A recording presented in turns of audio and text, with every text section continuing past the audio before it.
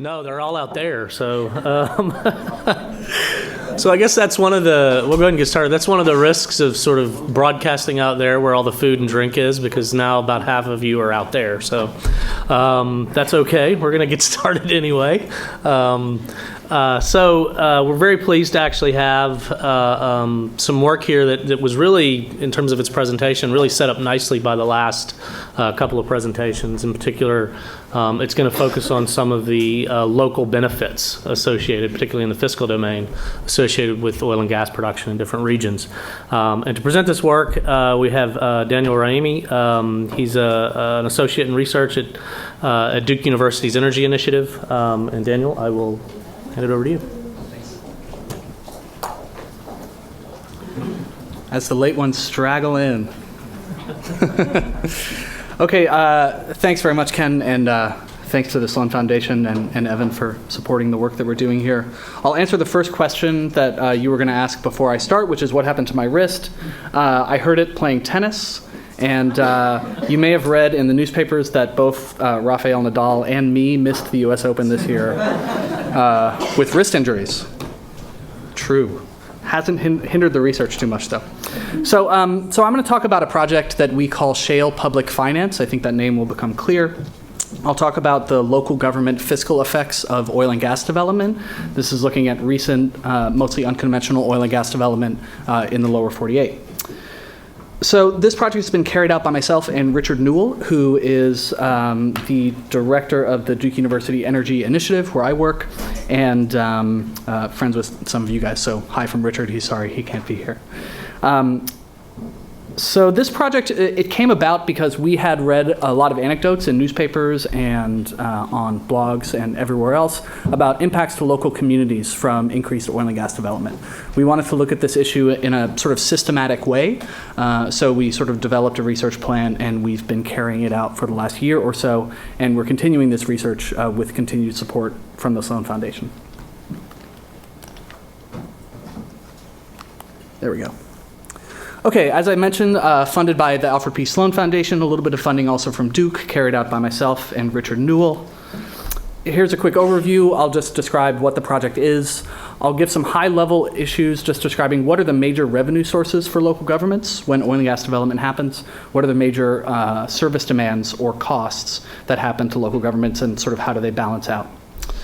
Then I'll talk about two papers that we've got published in the last 6 months or so. The first one is just an overall look at the fiscal impacts in 8 states for local governments. So overall, has it been mostly good, mostly bad, a little bit of both? What did we find? And then the second paper that I'll describe is one that we just put out today on our website, or I hope it's on the website by now. It's a report that looks very closely at revenue allocation to local governments. So how does the money flow in a very detailed way to the local level from oil and gas related government revenues? I'll give a brief discussion about the next steps that we're doing, and then we'll have questions. I'll try to talk for about 25 or 30 minutes and leave time for questions. I won't go on too long. So project significance, why is this important? Why do we care about this issue? First, local governments provide obviously essential services that we all care about. If oil and gas activity creates better fiscal conditions for governments to provide better services, that's good. If they create worse fiscal conditions that make those services worse, that's not so good. Issue that we care about is public perception. So public perception affects the extent to which resources are going to be developed around the world. This is something we were talking about in the last session. Sometimes it's called the social license to operate. So if individuals in a community believe that their lives are going to be affected positively or negatively by the increased development, that's going to affect the ability of industry to operate in a given area. Okay, so key questions for this research. First, pretty simply, what are the fiscal impacts to local governments? We don't think anyone's really looked at this in a systematic way from new or increased oil and gas development, and how have those impacts varied from place to place? Second, have the range of state and local policies provided sufficient funding to manage those impacts? So that's basically the two things that I'll talk about today. Quick overview of research methods. We did structured interviews with over 120 experts in 8 states, mostly local government officials like county commissioners, county administrators, city managers, things like that. We identified the locations to travel to based on activity. We identified the counties where there was basically the largest increase in oil and gas activity over the last 5 years or so. We traveled to those counties. We tried to connect with as many counties and municipal officials as we could in those places, and then conducted structured interviews, which lasted about an hour apiece. And I had a series of questions that I went through. So we also interviewed a lot of researchers and experts from state government, from industry, independent researchers. We spent a lot of time looking at state and local financial documents. I think you'll see the product of that in the later part of the presentation when I talk about revenue flows to local governments. Spent a lot of time analyzing state and local oil and gas related tax policies and data. And here's where we went. So this is a heat map from Drilling Info, just sort of shows, I think this is permits to drill issued within 90 days leading up to January 14th, 2014, which is what it says on the bottom. So we went to two parts of the Marcellus, part of the Bakken region in western North Dakota and eastern Montana, Denver-Julesburg, Piceance Basin, Green River Basin in Wyoming, the Barnett, the Haynesville. We looked at both sides of the border, the Louisiana side and the Texas side. We went down to the Eagle Ford, the Permian, and also the Fayetteville Shale in Arkansas. So now I'll give just a brief overview of what we found. What are the major revenues that kept coming up in all these different places? And what are the major costs that kept coming up in all these different places? And then I'll get into specifics on 3 states that I think are interesting. Okay, first, new revenues. So this is kind of a complicated figure. I'll walk us through it from the left to the right. If you look, starting on the left, we see severance taxes, which are typically collected by the state. They may be allocated to local governments according to a variety of formula. They may not be allocated to local governments at all. That varies from state to state. Next, also in red, are leasing revenues, so federal and state leasing revenues for oil and gas production on federal or state lands. That revenue may or may not flow down to the local level. Again, this varies by state. Next, the yellow line, property taxes. I think I have property taxes only going to county governments here, but they can also flow to municipal governments. Property taxes on oil and gas properties are a major source of revenue in some states, but not all states. I'll talk about a couple states here that allow local governments to tax oil and gas reserves or production as property, and then some states that don't. Next, in blue, we have leasing payments. So if the county government or the municipal government controls substantial minerals, then they can lease those minerals and they can see a large revenue stream. Again, that happens in some places. It doesn't happen in others. Next, in green, we have 2 different revenue sources. First, fee-for-service revenues, such as new revenues for the county clerk's office, new revenues for permitting fees, things like that, and also in-kind donations. And this is something that I'll come back to later. So donations from the industry directly to the local government. And we can see this most interestingly in areas like road repair. So some parts of the country, we see operators repairing the roads that they may affect during their operations. We don't see that in other places. Other in-kind donations that are important are things like emergency services equipment. We've seen that in a number of places, as well as donations to schools, donations to parks, things like that. Okay, so now major service demands. I'm illustrating this with a photo from the Bakken region in North Dakota. This is near Watford City, if any of you have been up there. It just shows a new housing development. These are everywhere in the Bakken region. It's been growing very quickly in terms of population. And when population grows, there's a pretty obvious impact to local government. You have to provide new services. And the first major service that has had a major financial impact in a lot of areas are sewer and wastewater. I should say water and wastewater infrastructure. That could mean extending sewer and water lines, or it could mean building or upgrading existing treatment plants. And those projects can cost millions or tens of millions of dollars even for small municipalities. So that can be a big deal. The second major cost we see are staff costs, and that's kind of a broad bucket that includes things like adding additional staff in areas like law enforcement, emergency services, general administrative staff, all across the board. If you have a lot of new people, you have to add new staff. The other area that's interesting and related to oil and gas production is this workforce retention issue. So many of us know that oil and gas industry tends to pay very good wages, especially for folks that might not have college level skills. A lot of those folks may already work for local governments, so they may be attracted to the private sector, and that could lead local governments to either have to raise their salaries, raise their benefits, or they might just lose their best people. The third issue, the third major bucket in terms of costs are roads. This is a picture I took down in Eagleford. I was trying to stay out of the way of that truck. Luckily I did. And you can see, this used to be a paved road. And there's a lot of pictures and videos you can find from the Eagleford and also from the Bakken that show similar issues like this. So in most states, local governments, especially counties, tend to maintain these types of roads. And when there's major damage, they have to make the repairs. That includes capital and materials, it includes labor, all the major costs. As I mentioned, in some places, industry and local government cooperate on these issues, but not everywhere. Okay, this is the broad brush findings of when we weigh those costs and those revenues. What did we mostly find?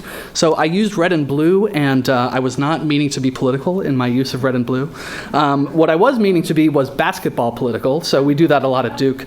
The uniformly positive results, that's the Duke blue color, right? That's the best one.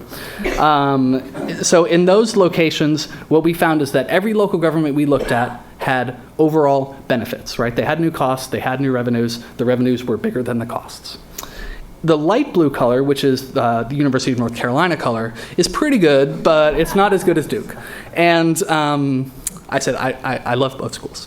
But so what we found in those areas is that most of the local governments had positive impacts overall. But we probably found one or two, or maybe a couple more, that were either roughly neutral or a little bit in the red. A little bit on the negative side.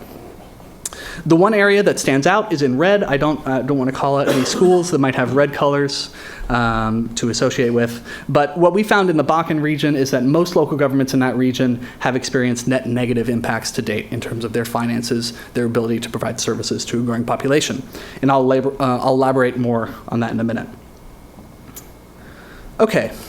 So, as I mentioned, I'll talk about North Dakota. I'll also spend some time on Texas and Pennsylvania. And I'm spending time on these individual states because, as you'll see, local factors matter a lot. Variations in tax policy, variations on other issues mean that each state has experienced these things differently from a local government perspective.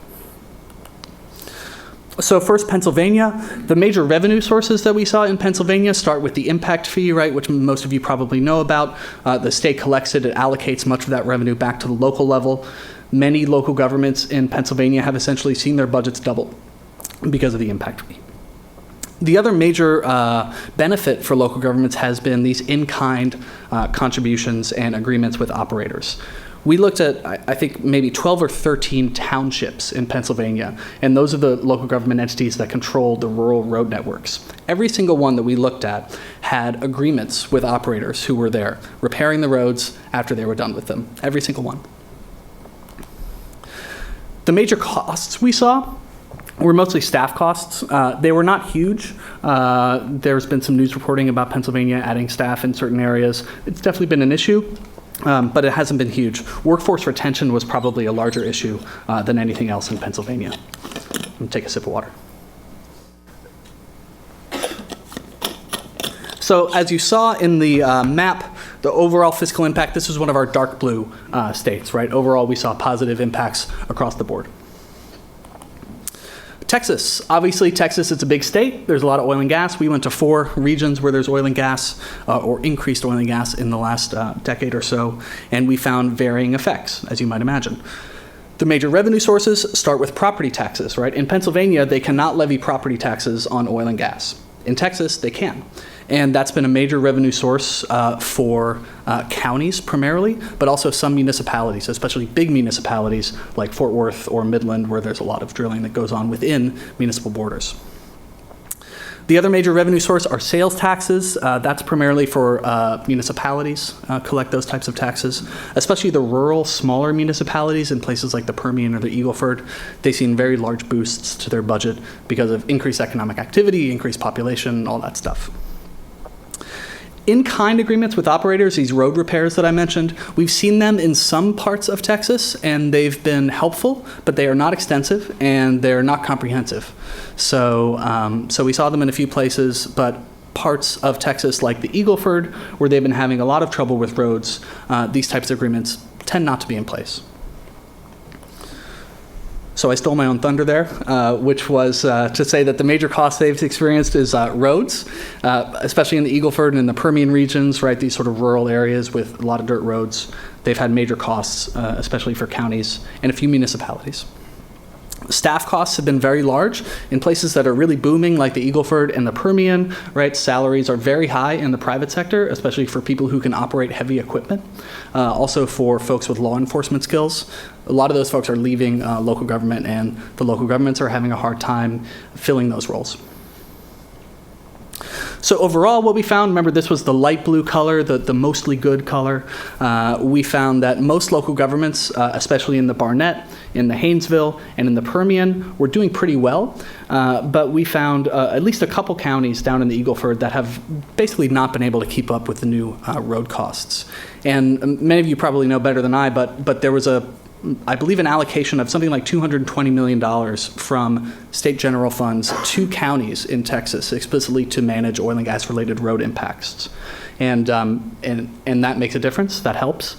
My sense is that that's not enough to cover all the new costs, but it does sort of show that the state level is seeing an issue and they're trying to deal with that issue. Okay, last state I'll talk about in detail, North Dakota. North Dakota has seen huge growth. Have any of you been to North Dakota in the last couple of years? How much did you pay for a hotel room? I camped outside on my bike. Uh-huh, really? Yeah. Oh, cool, much cheaper. The good state of North Dakota is, I didn't get anywhere near there. Okay, okay. So when I was there, I paid something like $300 for a pretty crummy hotel room. And that is, common in a lot of places where things are really booming these days. And it's especially acute in North Dakota because if you've ever been to this part of the country, you know how rural it is. Even compared with South Texas or some other rural areas in America, this is a very, very rural area. If you look at, population per capita or per square mile, I should say, the numbers are very different. And what we found in North Dakota is that, some cities and towns, they basically quadrupled or quintupled in size in the last couple of years. That means their revenues are way up from a variety of sources. Sales taxes, both for counties and municipalities. And what's more specifically related to oil and gas are the severance taxes, which is the first thing on that slide. The severance tax is collected by the state. We actually have two taxes. And they send a lot of money back to the local governments. Local governments cannot collect property taxes on oil and gas in North Dakota. So costs, they've also had large new costs, right? Starting with roads, just like in parts of Texas. Sewer and water from population growth. I mentioned those projects can cost tens of millions of dollars for local governments, right? Your population quadruples overnight. You need to build some new infrastructure. Staff costs have been larger in North Dakota than anywhere else that we looked at. The best example of this is in Williston, North Dakota, which is right at the heart of things. In Williston, they needed to hire a bunch of new people. They basically doubled or tripled their staff size. But housing is so sparse in that part of the country that local government officials cannot afford housing on their salaries, right? The housing rates have just gone through the roof. So the city actually built an apartment building. It built 2 apartment buildings from scratch, and it bought a third. So it could house their workers, right? So that's a major new cost. Overall, what we found in North Dakota is that so far, this might change in the future, but so far, the impact has been what we would say a net negative. Basically, the new service demands have been larger than the new revenues flowing in, and the local governments feel like they can't catch up. Okay, so conclusions on this section of the talk before I talk about the detailed revenue issues. As I mentioned, most local governments have seen net benefits associated with all of this new development. The fiscal effects are not uniform. They vary a lot from state to state. Local factors matter, local policies matter, interactions between companies and local officials matter. Let's see, well, I already said that. Collaboration can help reduce costs. We saw this very extensively in Pennsylvania. I didn't talk about Arkansas or Colorado, but we also saw it extensively in Arkansas and some of the time in Colorado. Overall, I didn't talk about this, but municipalities tend to see smaller overall fiscal benefits. That's mostly because they don't get to leverage these types of property taxes that counties can in places like Texas or Colorado and Wyoming, where property taxes are the major source. And so a question you might ask relates to volatility. So local governments, especially municipalities, they're seeing lots of new revenues, right? And they have to build this new infrastructure, things like sewer and water in North Dakota. You might say, well, maybe they should issue a bond or take out some debt, build this stuff, and pay it off with their increased cash flow. Yes, they can do that, but there is a risk because energy prices are volatile, industry activity is volatile, and if those local officials take out long-term debt and activity drops, their revenue drops, and they're going to be in a bind. So this is an issue that local officials in areas, especially with non-diversified economies, parts of North Dakota, rural Colorado, rural Wyoming, if oil and gas is your major revenue driver, then oil and gas volatility creates major planning challenges for you. Okay, so now a little bit more into details on revenue allocation and specifically how oil and gas related revenue works for local governments. I've got some figures here. Hopefully they'll make sense. I'll try to walk us through them. So I'm not going to talk about this too much, but we show 4 major revenue mechanisms and how they flow to local governments. First, state severance taxes or fees or similar things like Pennsylvania's impact fee, taxes that are levied by the state and allocated at least partially to local governments. Local property taxes on oil and gas production or reserves, as I mentioned, this is a revenue source in some but not all states. And then state leases and federal leases. So here's what I'm going to do. I'm going to show how much money flows to the local level from each one of these sources. And then I'm going to divide that revenue by the total value of oil and gas produced in the same year in the same state. So for example, I'm going to show if we take a hypothetical local government, let's say it's in Texas, it got $2 million from the revenue sources that I'm describing. The overall value of oil and gas produced in that state was $100 million. What I'm going to show is that the local government got 2% of the value of that oil and gas, right, through the various mechanisms that we're talking about. And ask me questions on that later if it's not clear. So there's a couple revenue sources that are important but are not quantified here. They are, start with corporate income taxes. We don't include that because they mostly flow to the state level. They're not statutorily allocated back to the local level. Local sales taxes, as I mentioned, are major revenue sources for local governments, but we can't really tie that directly to the level of oil and gas production. It's an indirect effect of the industry, so we don't include it in this calculation. And finally, local land leases, right? If the county or municipality leases their own land for production, we know that can be a big revenue source, but we don't include it because we couldn't get the data. We would need basically mineral revenue data for every city in Texas, every county in Texas, every city in Montana, every county everywhere else. So we just couldn't get that data. We asked around and couldn't find it. If any of you have ideas of where to get it, I would love to talk to you after. So this is how revenue flows in Pennsylvania. I start with Pennsylvania because it's pretty simple. The local governments cannot collect property taxes on oil and gas, so there's nothing there on the left side of the figure. The impact fee is collected by the state and allocated according to a complex formula. But if you take the 2012 allocations, what happens is you see $37 million going to counties, you see $62 million going to municipalities, and $27 million going to grant programs. This is a program where the state collects the revenue and allocates it based on grant applications from different states. If you look over at the far right side of this figure, that's the share of production value, right? That's the 2% thing I mentioned earlier. So I think the overall value of oil and gas produced in Pennsylvania in 2012, I wrote it down, something around $7 billion. And of that $7 billion, counties got about $37 million, right, from these revenue sources, which is about 0.5%. So we do that for every state. We know it's not a complete measure of all of the revenues that are flowing to these local governments, but we try to capture it and quantify it in a way that's comparable across state lines. You see on the left side of the figure state leases and federal leases. Pennsylvania does have state lease revenues, but none of it goes to the local level, right? So that's not in the figure. They have a very small amount of federal lease revenue from oil and gas. Next, we'll look at Texas. So Texas gets more complicated. There are more revenue sources. We like these Sankey diagrams. They're colorful.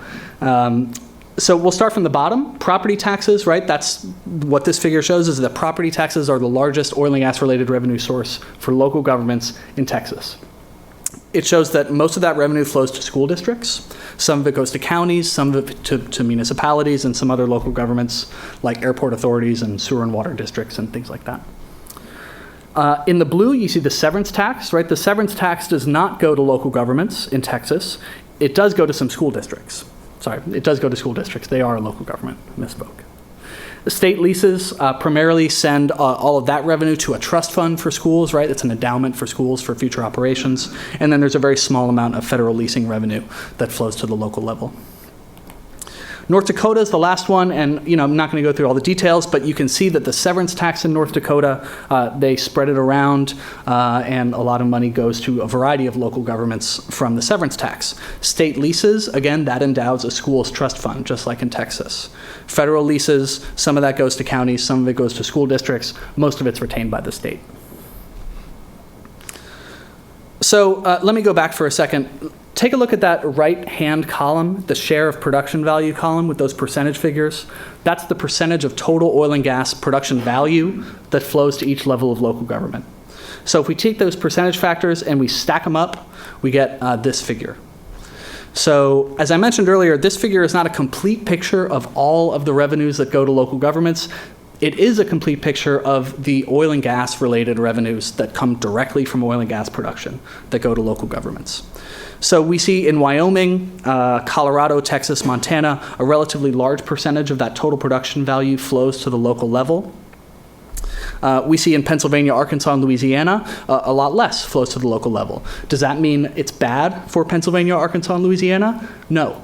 I think it's clear from the first part of the presentation that we've seen overall positive fiscal impacts in those states. They just choose to fund local governments in different ways, right? They don't send a lot of oil and gas revenue back. They rely on other funding mechanisms. So all this stuff is available online if you want to look into the details, and I'm happy to answer questions as well.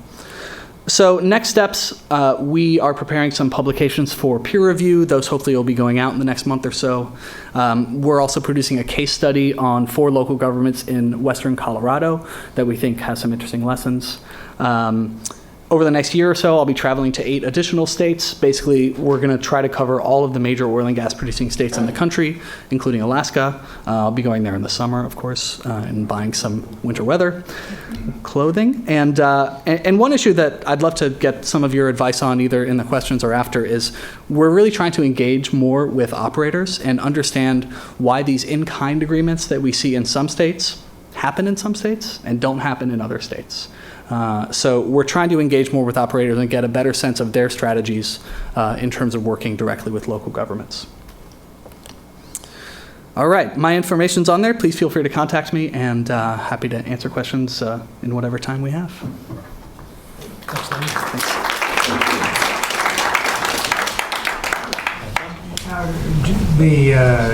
The royalty money that's flowing into these areas is 2 to 3 times as much, if not more, of this government money.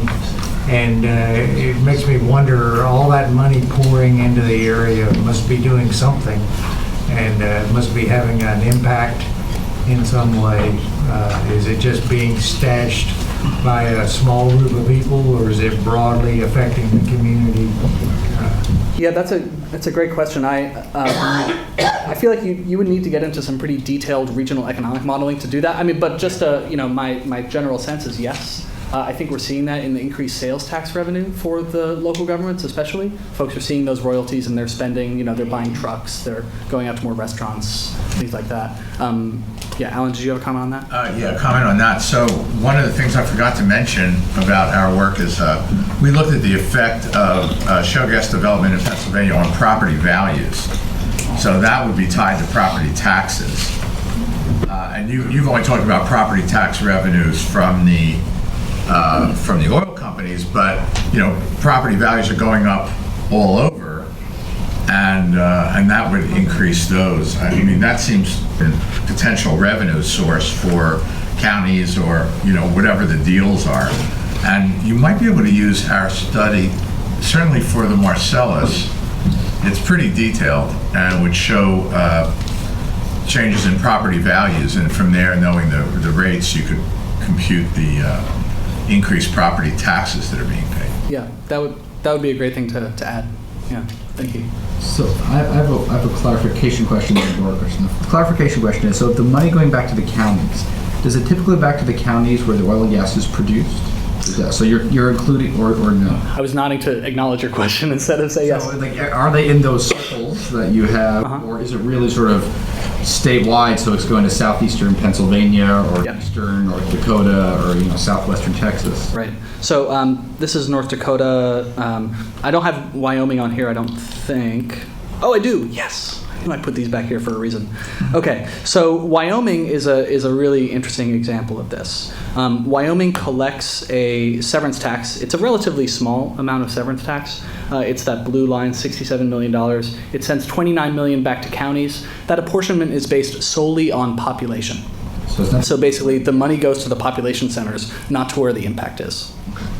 I mean, if the impact is in the population center, then that's good, I guess. But in these cases, the impact is not tied to population. And then the second question I have is, so obviously it's really interesting to see this broken down like that, but in practice, is in your experience, how do the counties actually manage these different funds? So I imagine there's maybe some overlap in terms of the county government, municipal government, school oversight. I assume in these cases where say school districts, those are either earmarked especially for spending on schools, but do the counties start to wrap it up into larger pots of money, or do they view it really in this sort of discrete way? My sense of this is that they see it as theirs. There's not a whole lot of revenue sharing. There were a couple parts actually in Wyoming. In Wyoming, you see that counties have get about $160 million in that year. Municipalities got about 60. There was some revenue sharing between counties and municipalities in Wyoming in the very rural Pinedale area in Sublette County, but I didn't see that anywhere else.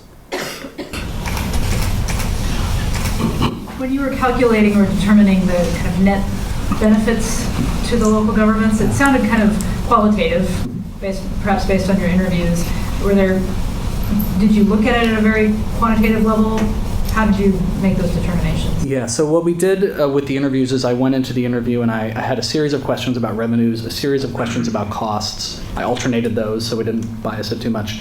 And then some wrap-up questions, including overall, has this been a net positive or a net negative so far? So that was a clear answer. But we tried not to take that at face value. Everywhere I went, I spent a lot of time gathering local budgetary data, mostly certified annual financial reports, CAFRs, if you're into local government speak, and tried to verify what I was hearing from them. In pretty much every case, it lined up. So if we saw something glaring and questionable, then we circled back and did another interview. But that only happened, I think, once or twice. Yeah, I get just kind of short clarification question. So you look at the oil and gas revenues and the flows from there, but actually they bring together all these, kind of trucks companies, all these other kind of businesses all around, which also contribute to the tax revenue. So kind of, do you look at them kind of separate from the industry since they're not producing, or kind of you still think that they should be considered as well? In terms of this, so I see these two products that I described today as pretty discrete. So the first issue where we're looking at overall revenues, overall costs, I would say yes. We're taking into account all of the impacts and all the revenue sources. We're not quantifying them in a very rigorous way, but we're looking at them. This second piece, we're quantifying what we feel like we can quantify with limited time and brain power. So no, we don't include that. I'm leaving it to Ken to answer. One more question, actually. Just a question. Have you ever looked at the revenues that come in privately into these communities? Because in many of these communities, especially older oil and gas producing areas, the minerals have been severed from the landowners for years. And so the amount coming into the community may be far less than people imagine. Have you ever looked at those numbers or done any studies in those numbers? No, we haven't done that. I think There is a variety of work out there, sort of economic impact models that have been done that try to get at some of those questions. We haven't looked at that granular level, and we haven't done the broad economy. We're focused on the local government piece of things. So to the extent that it affects local government revenues, yeah, we look at it. But private sector, we completely acknowledge the importance and major revenues that are coming in, but we don't try to quantify them or spend a whole lot of time on them. Thank you. Great. Thanks, Simon. Thanks.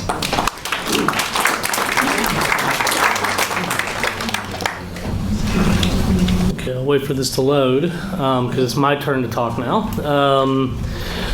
So everything that's been discussed so far today is, in my opinion, been fantastic. And just so you know what we were actually asked to do as part of the work that we're doing funded by Sloan is basically bring as much of this under one umbrella as possible so that we can begin to analyze how different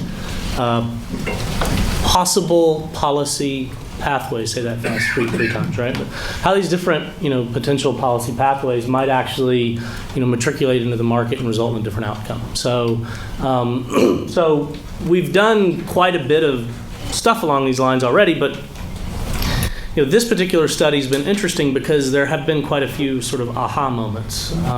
Because, at its face, you sort of think about, well, if I introduce a severance tax in Pennsylvania. This is actually a ballot measure right now. There's a big discussion about doing this in Pennsylvania. The people who are for it say, yeah, the state needs the revenue. The people who are against it say, oh, you're going to kill the shale gas industry in the state. And so who's right? You think, just as an economist, you just sort of take a broad brush at it and you say, well, if you tax something, you're going to discourage the activity, right? So, but it turns out when you actually institute these kinds of changes in a broad sort of market model, it's not really what you see, interestingly enough. And a lot of that has to do with the manner in which you characterize the resource. And so one of the things that we've tried to do, and this has been informed heavily by the work that you saw presented this morning, right, is capture the tremendous heterogeneity that exists in the upstream. So why does that matter? Well, basically why it matters is because when you start to tax something and you actually see that forward in multiple sort of dimensions, so some relatively expensive resources, some resources that aren't so expensive, well, the thing that you start to lay down first is your least productive portion of that activity. And so by definition, what that means is that those wells, as they come online, they're producing more, but it's not as much as a well that's drilled in the quote-unquote sweet spot, right? Which is going to be economic anyway. And so what you end up seeing when you introduce these sort of, modest kind of measures is the overall impact on production is pretty minimal, really, which was surprising to me, I have to admit. I wasn't expecting that. Taking this a step further, what was really interesting about all of this is you have to get into a conversation about, well, what if there are new, environmentally motivated regulations to, manage water handling or, reduce methane emissions or whatever. As it turns out, based on some of the stuff that was actually shown by David earlier that EDF's been involved with ICF, I think it was, most of those technologies are relatively low cost, right? So, on average, I think you mentioned 40% reduction in methane emissions at the wellhead at a penny an MCF. I mean, that's in the noise, to be honest with you, right? So, trying to model that specifically, so what? So when you think about those things, you start to say, okay, well, where does, if you do have something that actually bears a significant cost at the wellhead, where does the burden of that tax fall? And so you get into a very classic sort of tax incidence problem. And a lot of times people, the knee-jerk reaction will say, well, it's going to raise price to consumer because the cost of production is going to go up, and away we go. Trouble with that response is that it ignores basically all the points in the supply chain that you have to be concerned with. And really the primary point when you start talking about upstream development activity is the cost of land. And so one of the things that you can actually see happen potentially when you start to see these kinds of policies adopted is that the burden of the tax might fall disproportionately on the landowner through, in terms of future negotiated royalty regimes, royalty rates that are not 25%, but maybe 20%, right? So you get this sort of moderation because there is a recognition through these tax regimes and other sort of regulatory overburdens that the cost to produce is higher. So it's important to try to account for all those things when you're trying to understand what it's going to mean for production outlooks, right?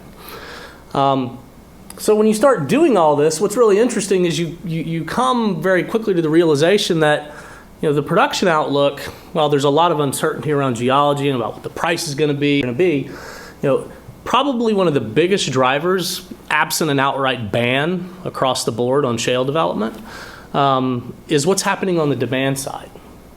And so this was actually a really kind of interesting thing that we started to a realization we started to come to when we launched into this project a little over a year ago.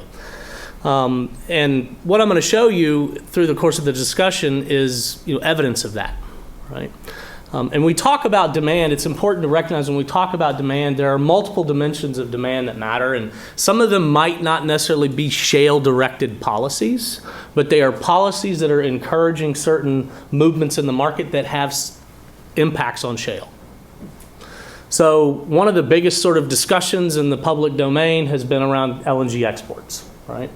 And turns out this actually does have an implication for the pace at which shale is developed and ultimately what overall production is. There's a price implication associated with different levels of LNG exports. But that's not, in this study, what we're actually doing is we're actually trying to evaluate in a market economy, right, what the implication of either not allowing exports or allowing exports will be for price and ultimately for shale activity. So that's one kind of scenario or picture that we can paint. And as you'll see in a few minutes, that's kind of a demand side policy. Why do we say this? Well, because if you allow exports, what you're doing is you're allowing an external source of demand or foreign demand for natural gas produced in the United States, right? The other thing you have to recognize is you might actually have policies that go as far on the supply side to just completely shut everything down. And you can that's the beautiful thing about, doing these types of modeling exercises. You can pose these hypotheticals, right? Even if you don't believe that'll ever happen, you can still ask the question, what would the outcome be? And one of the interesting things that came out of this particular exercise, right? So we said, okay, in 2014, you can just paint a picture. There's a catastrophe, right, that happens in multiple dimensions, and it really triggers, not only local and state response, but a federal response that basically cripples the industry. Right? And so everything shuts down. So whatever you want to paint it, as unrealistic as you want to be, right? But you kind of go to the extremes to kind of bracket things, and that's the point here. Okay? And so when you do this, you actually see some interesting things that go back to the point I made about it being an integrated market, right? So you have to look at the demand side, you have to look at the supply side, you have to look at points of trade, points of connectedness in an international market. And so one of the interesting that happens is if you shut down shale in the United States, yes, you see prices are substantially higher here long term. That's without a doubt true. But you don't necessarily rise to a point of parity with prices in Asia. As a matter of fact, the price in the U.S. stays below the price in Asia. So what's going on? Well, in the assumption that you're just saying, if you just make the assumption that all of these shale-directed policies that inhibit development of shale in the United States are central to the United States, well, there's shale in Canada, there's shale in Mexico, and guess what? They're both connected to the United States. And so one of the interesting things you see is a return, if you will, to mid-1990 levels of imports of natural gas from Canada. Right?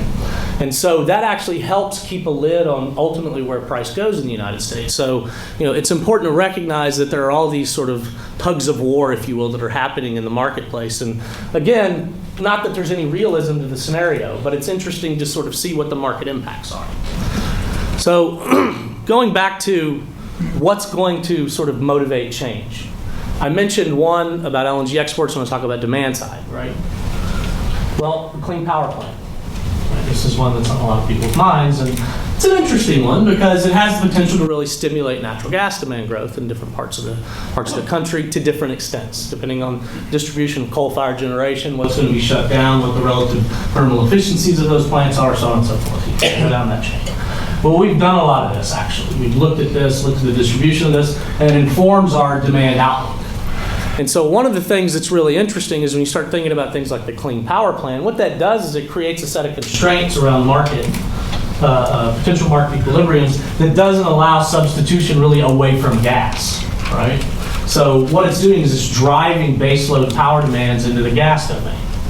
And so that has implications for price, it has implications for LNG exports, it has implications for industrial demand growth. So, you know, that's kind of just to take a step back. That's kind of what's made this whole LNG export discussion interesting, right? Because you can sort of see on the one hand, when you start to think about the multiple margins of response, particularly on the demand side, that exist in the market. If we just focus on LNG and industrial demand, we're not really accounting for all of the potential movement that could occur in the market. And so let's just walk through this hypothetically. Let's say the lobby against allowing LNG exports had really been successful, right? And you can actually do a case where you have no LNG exports. What's the implication? Well, industrial consumers, oh, that's great because we're going to basically benefit in tremendous ways and it all falls to us. Well, one of the things we actually see when we do this case is that the biggest response in terms of overall demand movement is not isolated to the industrial sector. You actually see tremendous response in the power generation sector as well. Prices aren't that different between a case where you just sort of exercise the status quo, and I'll show you this in a minute, versus the case where you allow where you don't allow LNG exports. But you have to recognize that it's a slippery slope if you want to take the policy position that we want to discourage one margin of demand response in favor of another, because there's more than two. And so when you start thinking about the question, what's the market impact of shale-directed policies? You kind of have to take a step back and say, well, it's not really just shale-directed policies we need to be concerned about, right? Because at the end of the day, what we're interested in is, what is the implication for shifts in policy in general for the natural gas industry? Some of the things that were discussed today, and I raised a question actually, it was after Marvin's presentation. And I think, you know, Marvin and Daniel, you guys ought to really talk. I think there's tremendous potential to do something really cool between the two of you. But you kind of asked the question, all right, well, where do you see these sort of negative trends starting to emerge, right? And you say, okay, well, they're local. And all the action certainly has been local. But if it's local and it's in a place, you know, and I'll use the extreme, like the state of Vermont instituted a ban on hydraulic fracturing. Well, that doesn't have any implication, no bearing whatsoever on the natural gas market, right? But in terms of understanding sort of that sort of issue, right, why would the state of Vermont just say, yeah, we'll ban it? Even if, let's say, hypothetically, there had been resources there. Well, there are no resources there. That's the driving point. So there is no potential local gain from oil and gas development. So it's a paper tiger. It doesn't matter. So when you think about these things from the policy domain, it's really important to recognize that, yeah, you might actually have, and Vermont's an extreme case, but you might have a situation where you can adopt policies that on their face look like they're very negative to the industry, but in reality, they don't really have much bite. Right? And they don't really have much influence on overall natural gas market evolution in the United States. So, first point that I made is you have to actually use an integrated assessment. So what you're looking at here is a forecast in our status quo case. Status quo is just sort of assume the policy dimensions remain sort of as they are today. Of natural gas demand by sector, you can see a history there, but in the status quo case, even the largest growth in demand that we projected is really coming from the power generation sector. And again, this has a lot to do with some of the environmentally motivated policies that have been adopted, but strongest growth is there. You also see relatively strong growth in the industrial sector, and that shouldn't be that surprising. The interesting thing about this outcome, though, is that the majority of that growth occurs between basically now and 2020. Then it slows down. Whereas when you look at power generation, the amount of growth that you, in terms of the actual growth rate that you see on a decadal basis, accelerates post-2020, which is a little different. So, well, what's driving that? Well, it has a lot to do with policy and the pace at which you can actually retire older facilities, coal facilities, for example, and then replace them with newer natural gas combined cycle generation capacity. Now, we also recognize in developing these forecasts, all the stringency that's placed in the policy domain with regard to renewable portfolio standards. So those are all recognized and they're assumed to actually be met in the status quo case. So, there's those set of constraints sort of overlying all of this. But, demand pull is really important when you start talking about market evolution. and you start talking about what's driving demand pull. And it can be different in different parts of the country. That's a really important thing that we're trying to get at through this work, is understanding regionally what the impacts of different policies might be. And so, great example, and again, this is kind of an extreme, right? But you can go to the state of California. Now, the state of California has actually been fairly progressive in terms of energy policy, promoting energy efficiency policies, particularly in the distribution and use of electricity. Right? A lot of this was triggered by stuff that happened during the electricity crisis in the early 2000s, but nevertheless it happened, and it's had implications for the manner in which demand has grown in that state. Layer onto that, all of the new policies that have been adopted in the wake of AB 32. Right? There are very aggressive renewable portfolio standards, and interestingly enough, you're talking about, when I say aggressive, it's in a lot of ways could be characterized as hyper-aggressive. You're talking about trying to meet standards where you're saying, 40% of all electricity generated within the state come from renewables. Oh, and by the way, large hydro doesn't count. So you're really talking about incredibly aggressive, steps that are being taken. But that has implications for natural gas demand. Why? Well, because in the state of California, there's no coal power generation. Right? So the only fossil fuel you can really hit when you get into the power generation sector is natural gas. So why does this matter?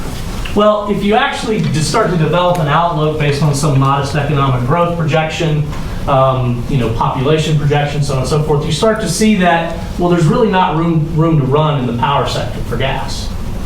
Say, all right, well, there's some potential uplift, particularly in actually, believe it or not, in the oil production arena for natural gas demand. That's actually lumped into the black bit there. That's the industrial sector. But other than that, there's really not much there. Why is that important? Well, because, as California goes, so goes everything west of the Rockies.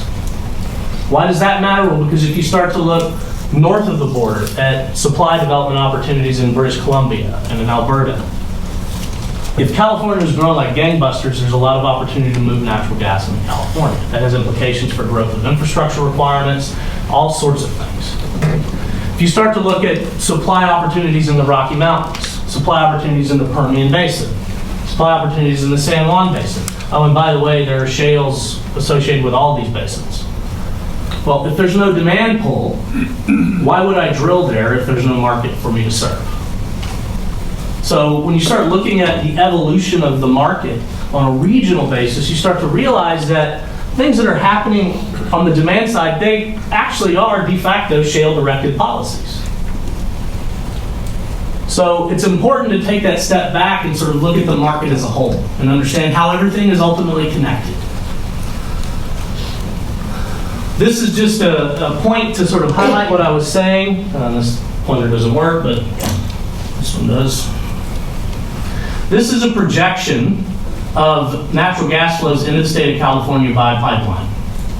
Okay, this actually comes out of the Rice World Gas Trade Model. And so what you actually see is that there's very strong growth out of the Rockies. Right, so this is out of the Rockies and basically through the northern part of the state. Okay. But when you look at what's happening in the rest of the state, there's really not any production growth. As a matter of fact, just continued steady decline. That's a little thin purple bit at the top. Right? And this is in spite of all the discussion that was originally very positive and then turned very negative around the Monterey Shale and the potential for associated gas production in an oil-directed play. Don't really see it happen. And then you look at what's happening on the classic sort of El Paso systems that feed the state. Those stay relatively healthy, largely because of what's happening in Texas. But then you sort of get out of that space and you start to realize, well, what's getting squeezed? It's stuff coming out of Wyoming. That's ultimately what gets squeezed.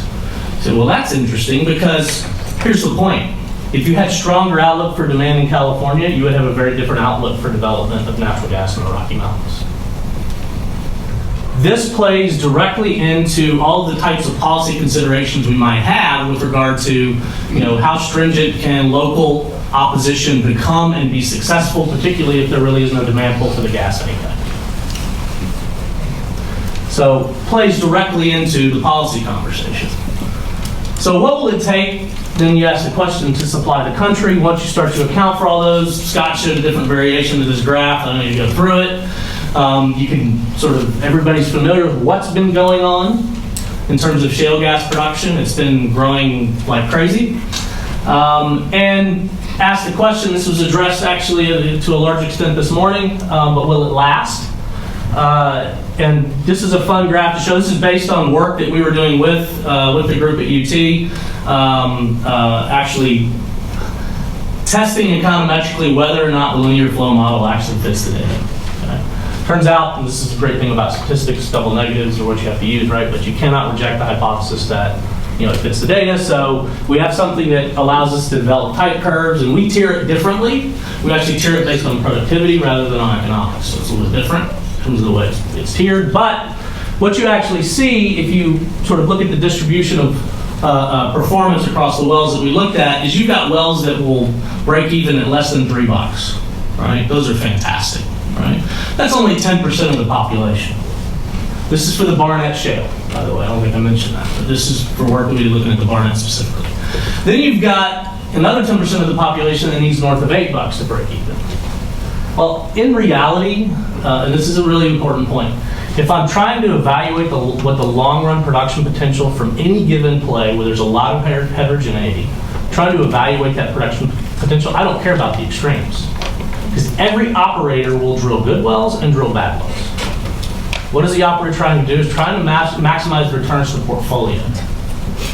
So what keeps the operator going? Well, returns to capital expended in the play at large. So what I really care about is the central tendency of the distribution, because that's going to be indicative of where things land. And what you actually see in the Barnett is in order to get stable production for a long period of time, you need to be on this red line. Interestingly enough, this is where some of the people who say shale's a flash in the pan will focus, right, down here at the bottom end of the distribution. This is what's on investor relations reports. But that central tendency is really where we're going to head. Okay? So you're talking about something just south of $5. So this is entirely consistent with the view you saw this morning. Right? That shouldn't be that surprising. Namely, at $4, there's a little bit of room to run, but then you'll start to see it come on. Well, you can do this for every play. Right? And we've done it for a number of them, outside of what the work that's been going on at UT. And we've used it to construct tiers for every shale resource in the United States. And that's actually what you get here when you construct the tiers at every resource, and then you resort them by break-even price, right? With assumptions on what a return to capital would have to be, what the cost to drill and complete would be in different plays, so on and so forth, much like what you saw this morning. Okay. I hate to call this a supply curve because this is a really good sort of tier 1 resource in the Marcellus, right? But that's not the only place you're drilling at any given point in time, so it's not going to be really indicative of what the market price is. Okay? But what you can see, and this is really the big takeaway, I go all the way up to 1,400 TCF before I hit $6. It's a lot of gas. Now, will we actually produce 1,400 before we get to 60 TCF? No, because we'll be drilling up here and we'll be drilling all over the place, right? But the point is there's a lot of room to run. And so then you have to ask yourself the question, well, what does that mean for production outlooks? What does that mean for long-term price? What does that mean for the impact of introducing a severance tax in the state of Pennsylvania? What does that mean for introducing new regulations that are much more stringent with regard to handling water at the wellhead? And you can begin to figure out ways to cost these things and add them to the equation. Right? And so I'm just going to show you three quick scenarios. This work is actually going to be finished at the end of this calendar year. And there'll be a big report that actually outlines a multitude of different scenarios. And the point, and this is what we actually proposed when we looked at this originally, the point is to figure out, is there some sort of response surface that I can map out with regard to different policies and their impact on what happens in the U.S. natural gas market. And so we're going to be running lots and lots of scenarios. We've already run a bunch, but I'm just going to show you some highlights from the two that I kind of talked about already. So everybody wants to know, well, what's the view of price long term, right? And so what you actually see, and this is interesting, I'm just showing you three cases. The gray one here is the status quo case. Right? That's where we start everything from. So we're comparing everything to a status quo. This is just, things are moving forward. There's not going to be any significant shift in policy, and away we go. How much LNG export is the status quo? I'm going to get to that. It actually comes out to 6.6 BCF a day. So that's what we end up with. Okay? That is a market-driven outcome. Right? This actually accounts for, mind you, just for background, the Rice World Gas Trade Model is a global model. It's actually competing natural gas resources in the United States with natural gas opportunities everywhere else in the world. So, a lot of times we'll focus on, this is a different lecture, but I'll just briefly say it. A lot of times we focus on Asian price being where it is today. I think today it's around $14.70, and U.S. price being really low. There's a big rent in that trade, so we should see lots of trade. But what's left out of that discussion is if you add supply to a constrained market, what happens in that market? Price in that market will actually drift down. And so when you look at the Asian market, that's exactly what you have. Okay? And historically, Asian LNG prices on the spot basis have not really been grossly different from U.S. prices. Matter of fact, the window from 2003 to 2006, price in the United States was the highest in the world.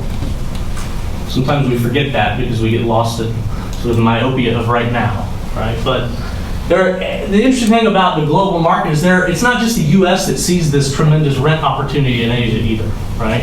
You got a lot of supply about to come out of Australia. You've got a lot of interest in developing resources in China. You've got a recent pipeline deal signed between the Russians and the Chinese. You've got gas resources that have been discovered off the coast of Mozambique and Tanzania. Right? You've got gas resources in the Eastern Med. You've got recently, just I think it was 2 weeks ago, there was a big announcement of a find off the coast of Abu Dhabi at 25,000 foot depth. Massive gas resource. So yeah, it's going to be expensive, but guess what everybody wants to do with that resource? They want to sell it to the highest price. But where's the highest price in the world right now? It's in Asia. So what do you think everybody's lining up to do? So that's not sustainable. And so what we try to do is sort of capture all those different margins of response so that we can figure out what a long-term sort of tendency will be in the marketplace. So this case right here where you see the average price from 2015 through 2030, that's what's projected here, is 21 cents lower on average than the price in the status quo case. That's where we assume, for some policy reason, we don't allow LNG exports from the United States. So you go from 6.6 to 0. 21 cent impact. In the case where you get the average price of significantly higher, you can see that, right? It sort of swaps the picture. That's the case where you say, well, in 2014, the wheels come off of shale and we stop allowing drilling anywhere. And so you just go into natural decline when it's already been developed and nothing else new is done. You see prices jump up quite substantially, average a little more than $2 more than in the status quo case. We've done cases where we said, all right, well, if it's some environmental catastrophe, maybe those concerns spill over into Canada, they spill over into Mexico, and that doesn't happen. That's reasonable. The price impact is much larger in that case. Okay? And so, as a matter of fact, in that case, you actually see the U.S. becomes a major importer of natural gas. We did a study related to this for the Department of Energy a couple of years ago. And in that case, that's the world most of us thought would come to pass back in 2003, right? When everybody was trying to build infrastructure to move LNG to the United States. So you get a lot of sort of spread here, right? On the demand side, though, right, in terms of driving sort of variation from the status quo, we can talk about accelerating demands, we can talk about abating demands. So abating demands is the case of don't allow LNG export. Accelerating demands, institute more stringent policies on coal-fired generation. Okay? And this doesn't have to be CO2 directed, this could be SOx, NOx, particulates, whatever. Right? We can do all these things, but what those really do is just kind of move the margin in terms of the margin of response on the supply side around that gray bit just a little bit, right? On the supply side, we actually see very little variation too, unless we go extreme. That's a really important point here, right? You have to go extreme to get a significant shift in terms of what the market equilibrium price looks like in the United States. Now, extreme can be by degrees. Sounds kind of funny to say, but you can say, all right, well, we have a de facto ban in the state of New York. What if we did something like that in the state of Pennsylvania? Well, that would have a pretty sizable impact relative to if we did something like that in the state of Arkansas, which wouldn't have as big an impact, largely because of the size that the supply portfolios in those states occupy in the United States market. But if the shale resource wasn't as big as you painted, you'd move towards that red line in the out years? Actually, well, good question. So if the shale resource was smaller, right, you would eventually get there, but we've actually done cases where we've cut back on what the resource assessment looks like, and I don't have a slide on here showing you what those assessments are. I do what the production outlooks. But when you cut that back, you actually don't even eclipse $7 until you get out to about 2040, 2045. So it takes a while. It takes a while. All right. So what's going on in each of the cases? This is U.S. gas production. The gray bit up here is basically everything that's not shale. I just did this, and then everything else is by shale basin. And again, you have to remember everything's tiered according to what we discussed a minute ago. Right? We went through and looked at how productive our wells being drilled in certain parts of the play, and basically did some broad spatial mapping and assumed that the intensity of drilling in terms of what the overall resource assessment could ultimately be would be similar to what it has been. Now, that just gives you how many what's the overall number of wells that could be drilled, right? It doesn't really tell you at the pace at which you'll drill it, because that's really an economic decision. Okay? But it gives us a resource assessment, which I'll say this, from what you saw this morning for the Barnett, it's a little lower than what you saw this morning. I think the technical recovery was 94 TCF for the Barnett. Is that what you showed this morning? In that range. Yeah, it was something like that. We're right around 58 TCF. So, but at a much lower price. That's technically recoverable. Has nothing to do with price. Okay. So that's what I was focusing on, the TR, not the economic recoverable. But the Marcellus assessment that we have is about the same in terms of magnitude is what you saw this morning. My suspicion is, based on the production outlook and some discussions we've actually had preliminarily, is the way that's costed is differently. It's costed differently in terms of the two methodologies. And so, this just adds to, well, there's uncertainty in this, and that's fine. But part of the point in all of this, in terms of what we're doing, is to try to bring the collective information that's being gathered under one umbrella. So there's likely to be some modifications of this, but suffice to say, there's a lot of gas. Right? That's really the bottom line. And when you start to think about, go back to this picture, right? Start thinking about doing things that involve instituting severance taxes or different types of things that raise costs at the wellhead.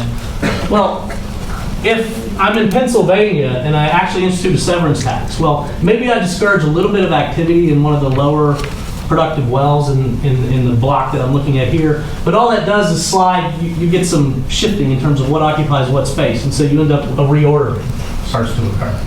So, local taxes in terms of the aggregate picture may not really have that big of an impact. That's really the point that I was trying to bring out earlier. Take shale out of the mix, this is what happens to the U.S. production outlook. This is kind of the view that many people that had no idea that shale was going to happen had back in the late 90s, early 2000s at the end of the gas bubble era, right? This is an area that is going to be in consistent decline, yeah. Is coal bed methane included in? It's in the gray, yes, absolutely. So it's in the gray. As a matter of fact, when you look at this gray, and a lot of times when we do these, we like to do them in terms of deltas to the status quo. And so that's actually how it would be done in the publication. But this gray is actually bigger in the no shale case than it is in the case with shale. So you get a positive production response out of those non-shale resources. Just a quick hypothetical. If pretend like a moratorium happened, you take shale out of the picture, and there's a BTU gap there between the gray, top of the gray, and what would have been filled with shale. Hypothetically, what do you think the U.S. would fill that electricity demand with? Oh, on the demand, the demand. So, I'll show you that in a second. What fuel? It's largely natural gas still, but a lot of that is also policy motivated. And so what that means is you end up with, in this case, much stronger gas flows coming out of Canada and Mexico, we actually import LNG, right, so in this case. So it's just a different kind of world, but And it's still price goes up by, on average, $2. So we actually eclipsed $7 before 2030. so we moratorium ourselves into more expensive electricity Yeah. using the same fuel. That's exactly right. Brilliant. Is it better to use the cheaper coal in this case?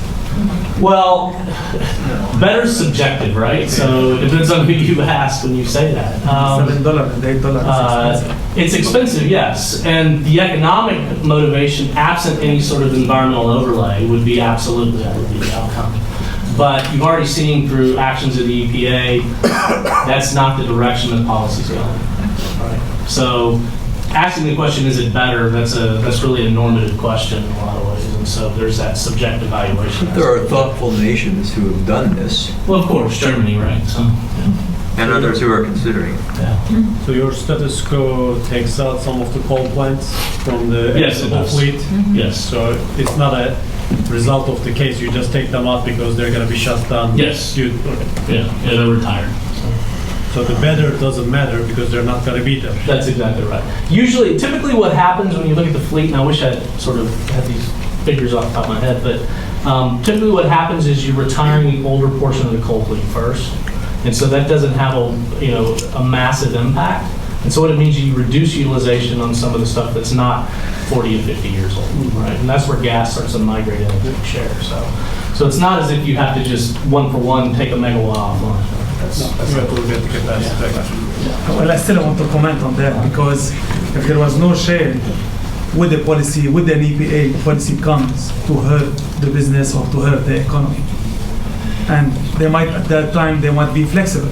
Yeah, so the question is, and that's actually a good question, but you gotta remember, we're talking about relative to the status quo. So it's kind of like what we call a comparative statics exercise. You wanna change one thing, given a certain policy direction. So those policies have already been launched, right?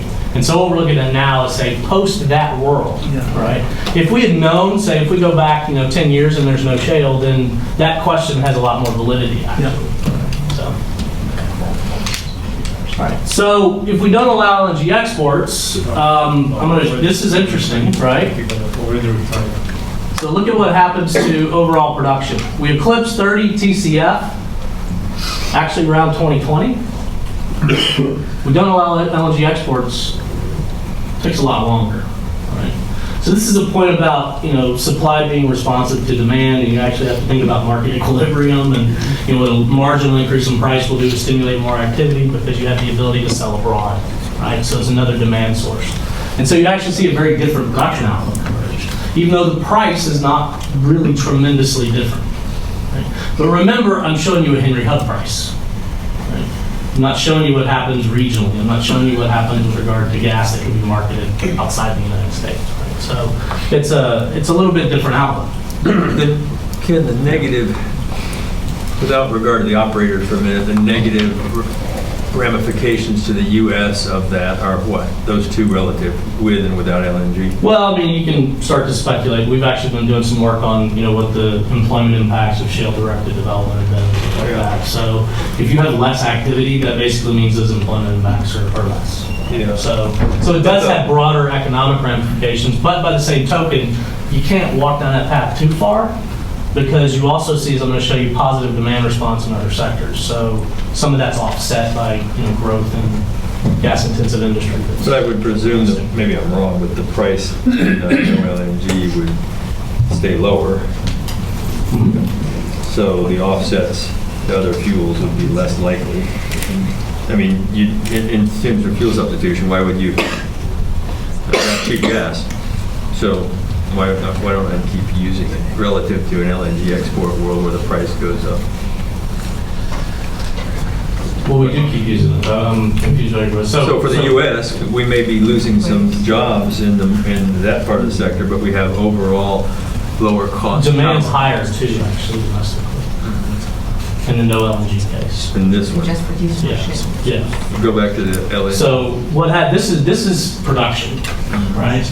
So in the case where we have the status quo, supply grows here, but a lot of this wedge at the top, right, sort of from here to here, is to feed LNG exports. All right. So when I go to this case, I cut that out. So it's basically like eliminating a potential source of demand. So what happens to the production output? Well, it's lower. Right? Price is a little bit lower as I well. think the other point you make in response to what he's saying is that the implicit value of the gas in domestic use is less than what you can get for it on the export market, because the marginal value in domestic use is going to be this lower price. So we're getting less value out of the gas by using it domestically in this scenario rather than export. It's constrained equilibrium is another way to say that, right? So you introduce a constraint, you don't allow LNG exports. So yes, you get more domestic use, but that's of lower value to you than that's exactly right. But my point was, is in terms of quantifying the macro impacts there, I'm not going to go to step it's X because there are offsetting factors. Right? So on the demand side, status quo. I mean, this basically matches the production outlook X without LNG exports, so not that surprising. And this is a point I made earlier. You see actually very strong demand growth in the industrial sector in the first decade, right? When you jump to the second decade, notice this growth rate slows. Right? But notice what happens in the power sector. The growth rate accelerates, and this has to do with the timing of retirements and not having no ability to build any new coal, basically. So this is sort of the assumption of the status quo. And so gas begins to capture greater and greater market share. In the no shale case, and just look at the demand outlook, well, prices are higher, so you get lower demand. I mean, it shouldn't be that surprising. It's just a significant demand impact. And interestingly enough, the industrial sector growth is still positive, not nearly as high as it was. But here's an important point about that. Most of that growth, since you're talking about 2011 to 2020, actually occurs by 2015. Right? So once the ban sort of is instituted, all that growth starts to stop. It basically chokes off because you go into a higher price world.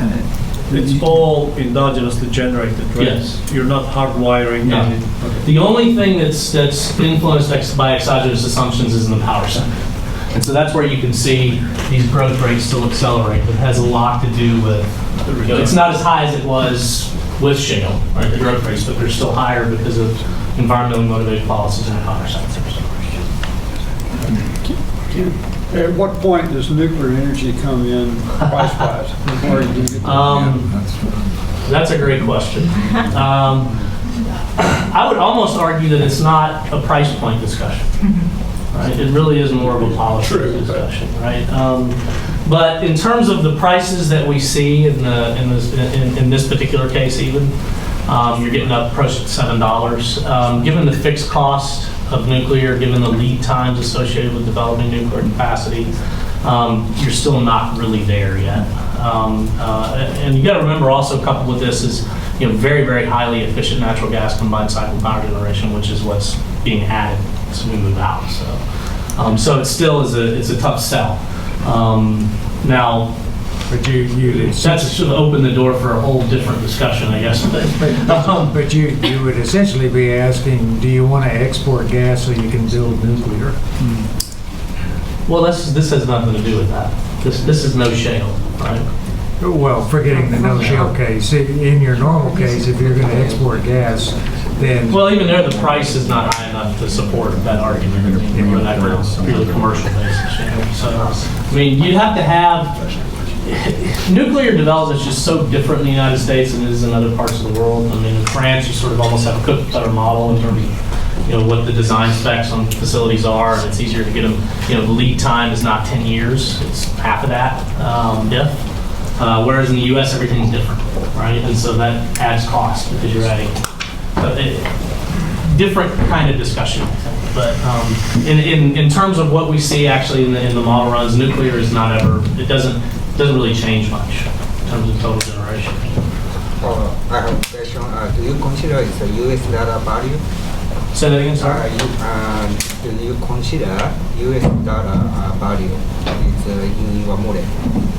Exchange rate. Yeah, we do. That's a good question. The value of the dollar is, in terms of how we actually start the projection phase, we actually have to make assumptions about the cost environment. And the cost environment is generally consistent with an $80 projection in terms of crude oil prices. It's been that way for the past 7 years, right? So you end up in a cost environment that is going to be indicative of those kinds of things. Now, if the value of the US dollar strengthens even more, then that has implications for the cost environment, not only the US but abroad, right? Because a cheap dollar makes the US a low-cost place to do business, right? It's one of the things we forget. But if the dollar strengthens dramatically, then the US no longer has that same competitive advantage in the upstream. So it's no longer looks like the low-cost area to do business. And so these are things that we've sort of thought about doing scenarios about. For this particular project, it's off the table, right? Because there's so many different things that influence currency values. It's kind of going down a rabbit hole. So, but it's very important. It's very important. So with no LNG exports, you actually see, as we showed earlier, some stronger demand growth domestically. And interestingly enough, you see some of that response falling in the industrial sector, but here's the other important point. It's not massive, right? Because it's mitigated to an extent because the price impact isn't that great. Right? So when you're talking about 6.6 BCF a day, taking that off, it's not as if you drop price by $1. Right? It's anything but. Okay? So it's important to keep these things in mind because they have implications for ultimately what the market balance will be, and we start talking about policies in general and how they impact shale. These are sort of very big, sort of macro level policies, but here's the point. If I start thinking about very specific, locally directed policies, they're going to fall within the bounds of what I just showed you, right? Because they're not broad. And that's the point of doing this exercise, is sort of define the boundary conditions, right? And so when you start to think about, I'll say it again, severance taxes in Pennsylvania, when you start to think about, oh, and by the way, I thought it was really interesting, Daniel, on one of your slides, you showed how the tax revenues redistributed in Pennsylvania. I was actually up in Washington County. I spoke at Washington Jefferson College on Shale. It's sort of the heart of the Marcellus in the southwest corner, right? And it's really interesting. A lot of the people there were complaining about degradation of the school districts in Pennsylvania because there was no funds flowing back to the districts from all of the increase in oil and gas related activities. And I was like, that's remarkable. And I was like, yeah, well, there's a severance tax on the ballot, and part of the point would be to actually provide revenues for that. And I think that's actually an interesting sort of case. But at the end of the day, it doesn't really have a massive implication for production. That's kind of the point. So that's basically what all this says. I don't need to read it. Key takeaways. When you're looking at what we've done so far, and I've only shown you a couple of scenarios, we've done other things as well, you actually see that there's growth even in the status quo case, right, across multiple dimensions. And so when you start thinking about how different policies can impact the gas market balance in the United States, much less globally, you have to look at policies that not only impact things that happen at the wellhead, right? You have to look at policies that are affecting everything. And this can be targeted at a specific sector, it can be targeted across multiple sectors, it can be targeted at fiscal terms associated with developing resources in one part of the country versus another, because a lot of times these things are local, right? They're not global. You have to look at extreme cases where you have local bans instituted and figure out, well, is that actually going to have an impact on the amount of resource I have access to? So that's an important question. So the extreme case, right? If I have a ban in Vermont, does that matter? Right? No, it doesn't for the natural gas. So you look at all these things and you realize, well, there's a lot of different margins of response, right?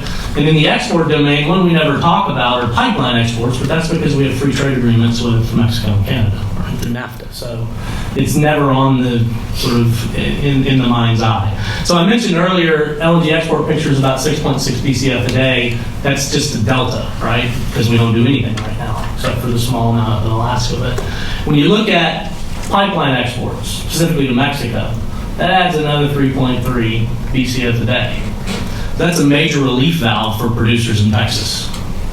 Okay, so this is one that's never kind of in the public policy discourse, even though it's real. And guess what? There are actually investments being made to see that this happens. So, it's coming. In terms of what the biggest sort of impacts on the overall gas market are likely to be, And I say the word likely because when you start thinking about these extreme policies where you ban shale development in areas where there's already vibrant economic activity associated with development that's already taken off, it's hard to imagine that happening. I sort of equate that to the ship has sailed. Particularly when you look at the pain that could inflict on the U.S. economy, even at the federal. I think if that were to happen at local levels across the board, the feds would step in at some point because you're talking about moving away from something that currently provides 50% of the gas that we consume. It's hard to fathom that actually occurring. So when you start thinking about the policies that are likely to actually move forward, they're not specifically shale directed. Right? But they're relevant for the shale gas industry. And these are largely things that are targeting demand side issues. We can get into discussions about, and this is much more micro and sort of local level type discussions about infrastructure, right? About the ability to develop new pipeline capacity, turn capacity around, add new capacity, so greenfield additions.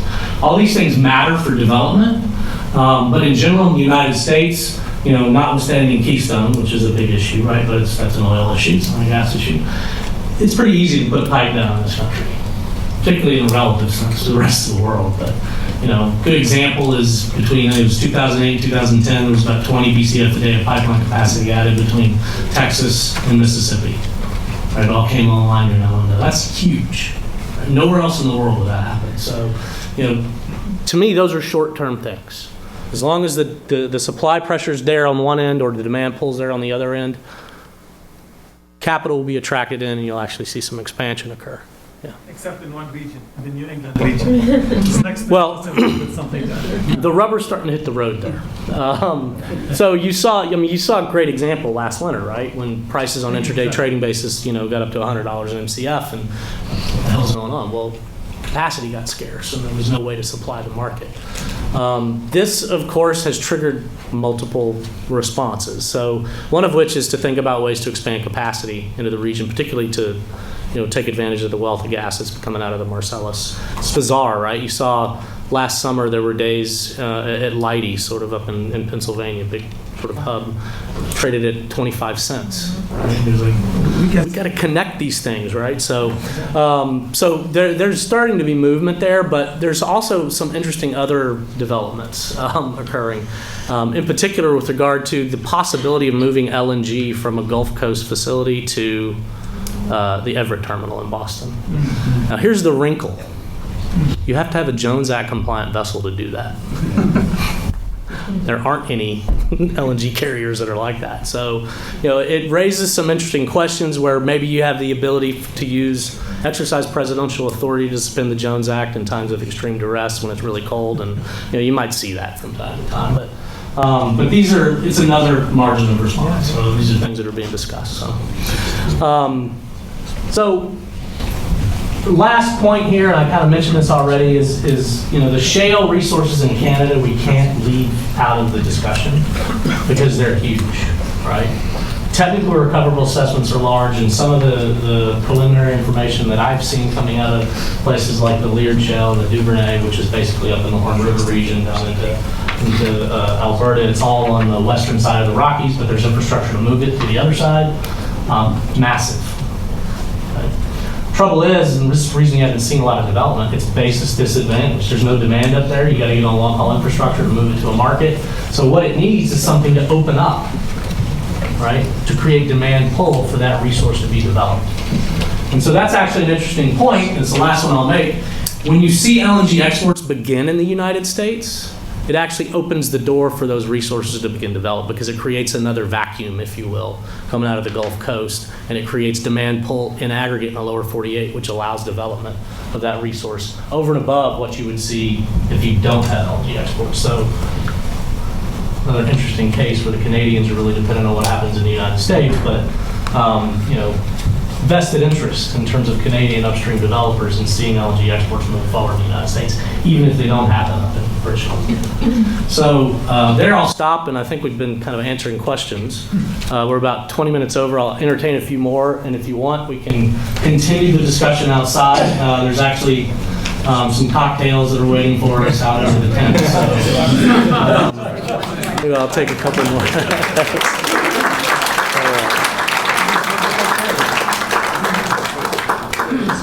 price at which landed LNG here and in China converge, and it doesn't make financial sense, right? In your models, the most realistic ones, when does that price happen?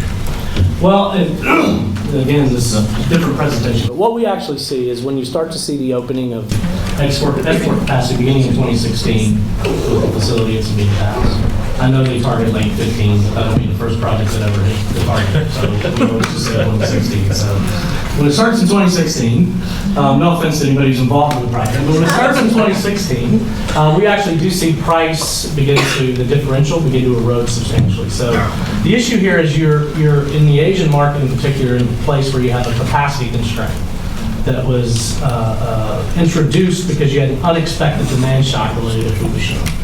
So the evidence that that's actually very real is, first of all, the spread between the price in Asia and the price in Europe, and the price in Asia and the price in the US widened dramatically post that event, right? Almost instantly, actually. Within a week of the disaster at Fukushima, you saw a $2 jump in the JKM price, so that's pretty strong evidence of a basis blowout. It got worse with the phase shutdown of every nuke in Japan, and so that constraint became very binding. So you say, all right, well, what happens if I add supply to a capacity constrained market where the constraint's binding?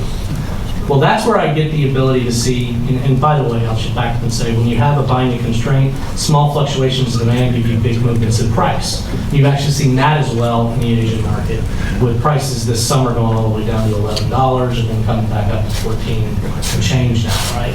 And we left the winter, they touched 20.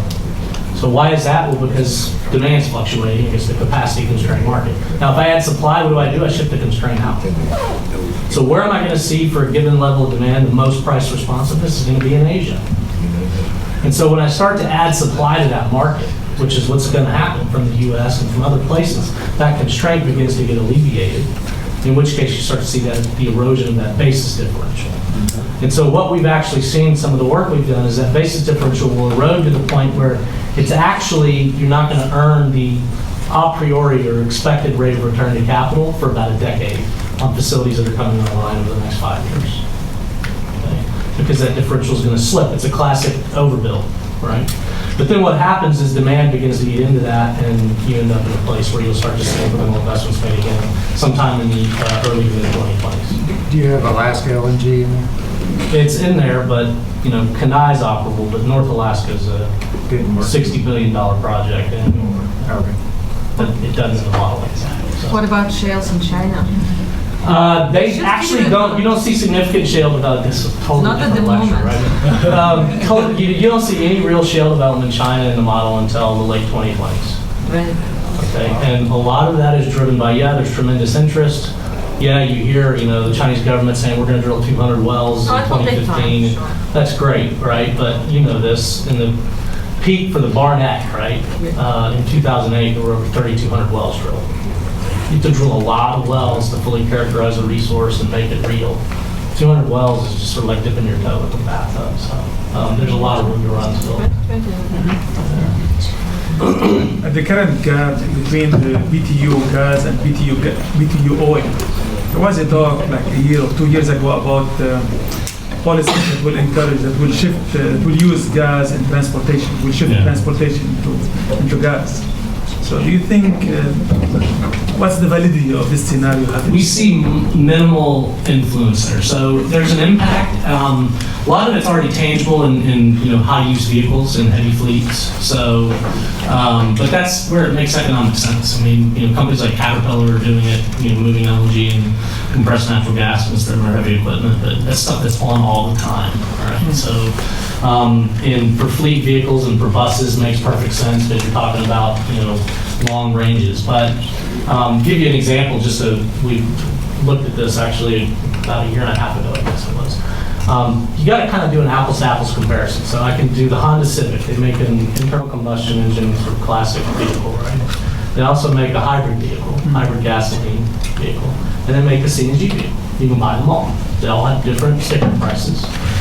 Then you can actually look at, well, what's the fuel efficiency of the vehicle? What's the cost of the fuel? Figure out how long it takes to get a payback, and and how many miles you have to drive for you to do one versus the other, right?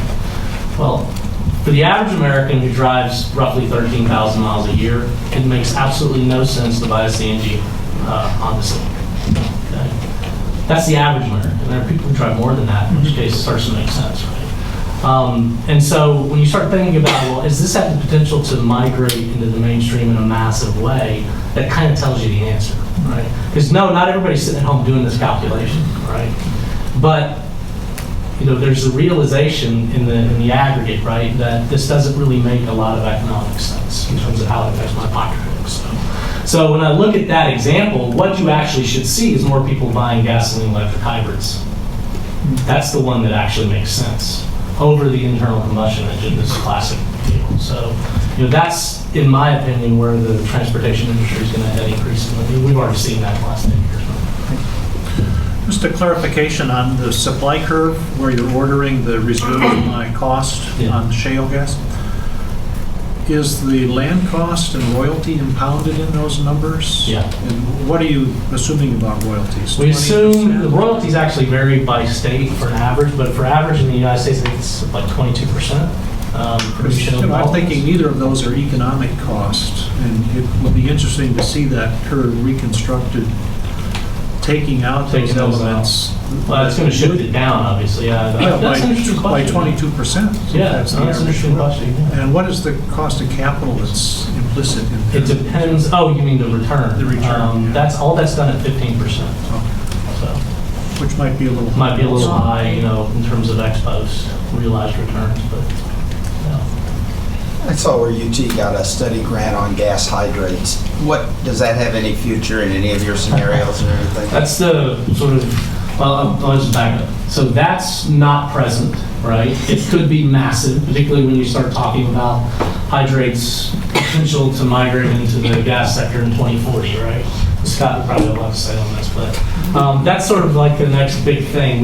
We know where they are. It's really just an issue of how we make them technically commercially feasible. And you could have said the same thing about shale 30 years ago, right? So there's also a geologist axiom. Yeah. The less we know about something, the bigger it is. I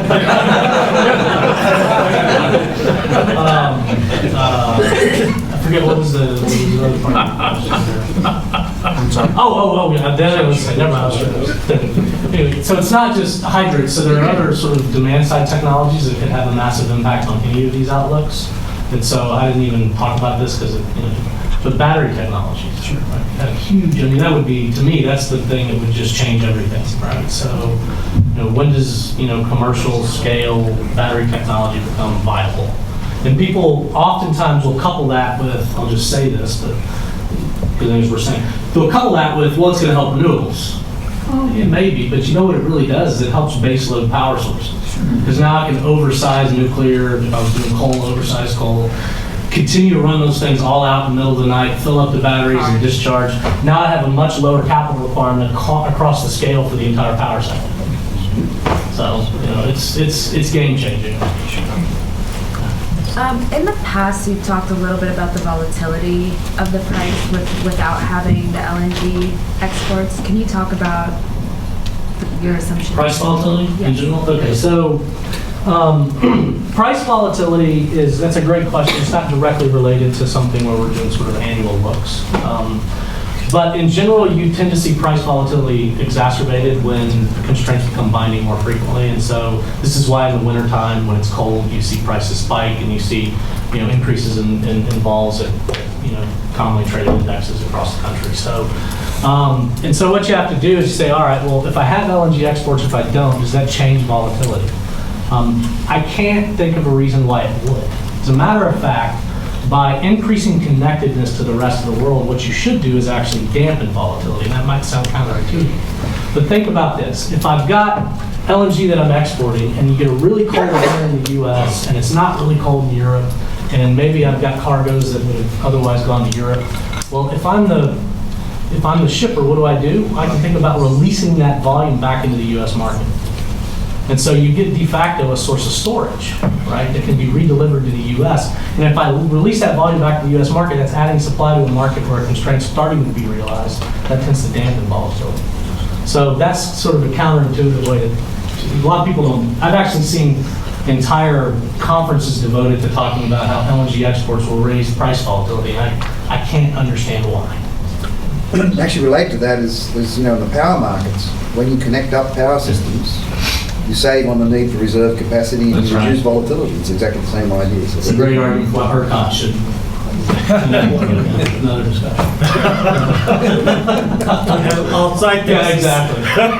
Well, I want to, you guys are welcome and we'll keep talking outside. Let's go out there and thank you everybody for staying.